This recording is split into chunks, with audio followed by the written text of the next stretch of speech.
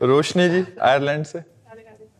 राधे राधे महाराज जी। महाराज जी, मेरा प्रश्न है कि भगवान को प्रसन्न कैसे करें ताकि वो हमारी मनोकामना पूरी करें। आपने बताया था कि तप करना चाहिए, तो कैसे तप किया जाए, कोई व्रत किया जाए कि हमारा मनोकामना पूरी? पहली बात तो एकादशी व्रत शुरू करो।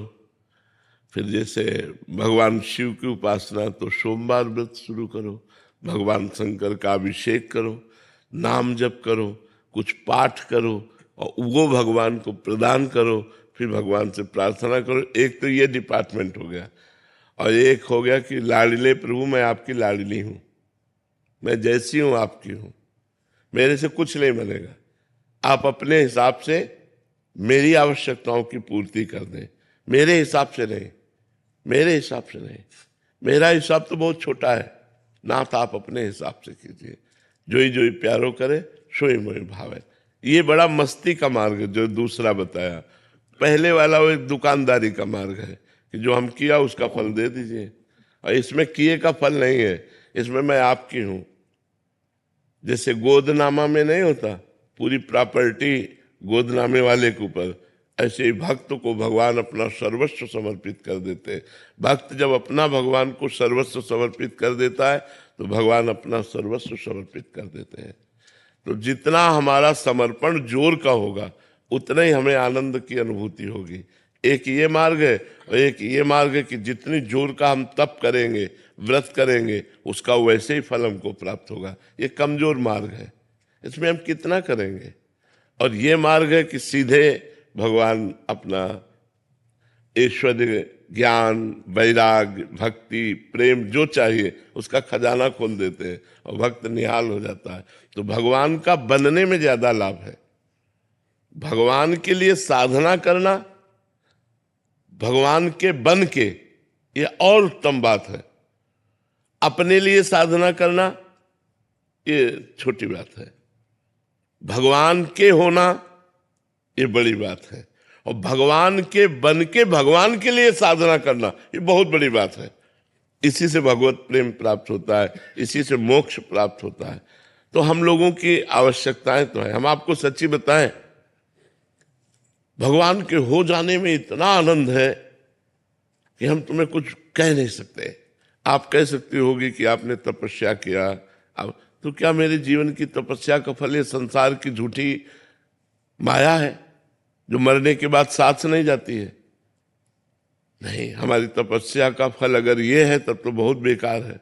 नहीं, भजन का फल ये नहीं है, भजन का ब्याज ये है। मूल फल तो भगवान का परमानंद प्राप्त होना, भगवान की प्राप्ति होना, दुखों से छूट जाना, सदा सदा के लिए दुखों से पिंड छूट जाना, ये भगवान के भजन का फल है। तो हमने 3 बातें बताई। भगवान से चाह पूर्ति करने के लिए भगवान की जो भजन शैली है, व्रत है, उपवास है, तीर्थ यातन है, दान पुण्य है, इनको करें तो हमारी कामनाओं की पूर्ति होगी। दूसरी बात बड़े जोर की, मैं भगवान का भगवान, मेरे नाथ आप मेरे स्वामी हो, मेरे पिता हो, मैं और किससे मांगूं? ये अपनापन, ये बहुत जोर की बात है। भगवान के होके अपनी आवश्यकताओं की पूर्ति करना। तीसरी बात, भगवान के लिए, भगवान के होके भजन करना, ये बहुत जोर की बात हो गई। अब हमें चिंता नहीं आगे क्या होना है, आप खुद देखिए आपको आगे क्या करना है। वो बड़ी मस्ती की बात होती, बड़ी मस्ती की बात हो। कदम कदम पर प्रभु की कृपा और प्यार दिखाई देता है कि हमारे प्रभु कितना हमें प्यार करते हैं।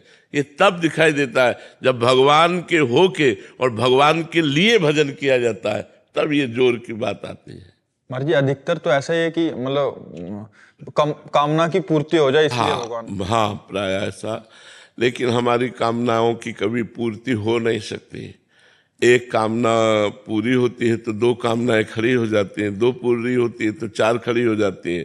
कामना ही पूरी शांत हो जाए, वो भजन का फल होगा कि अब कोई कामना नहीं। जाहि न चाही कबहु कछु, तुम सन सहज स्नेह, बसहु निरंतर तासुर सो राउर निज के।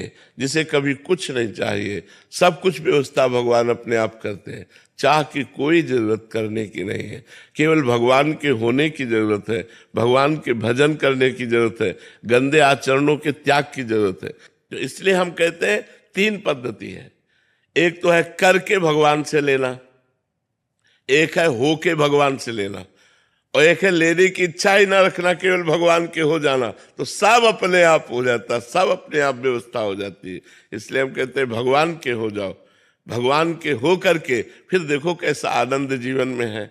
कुछ नहीं करना, जैसे हो वैसे ही रहो। नाम जप करो राधा राधा, बस मांस मत खाओ, शराब मत पियो, पराई बहनों बेटियों की तरफ गंदी दृष्टि मत रखो, जो पापाचरण है वो पापाचरण मत करो। फिर देख लो आपका जीवन कितना आनंदमय होता है।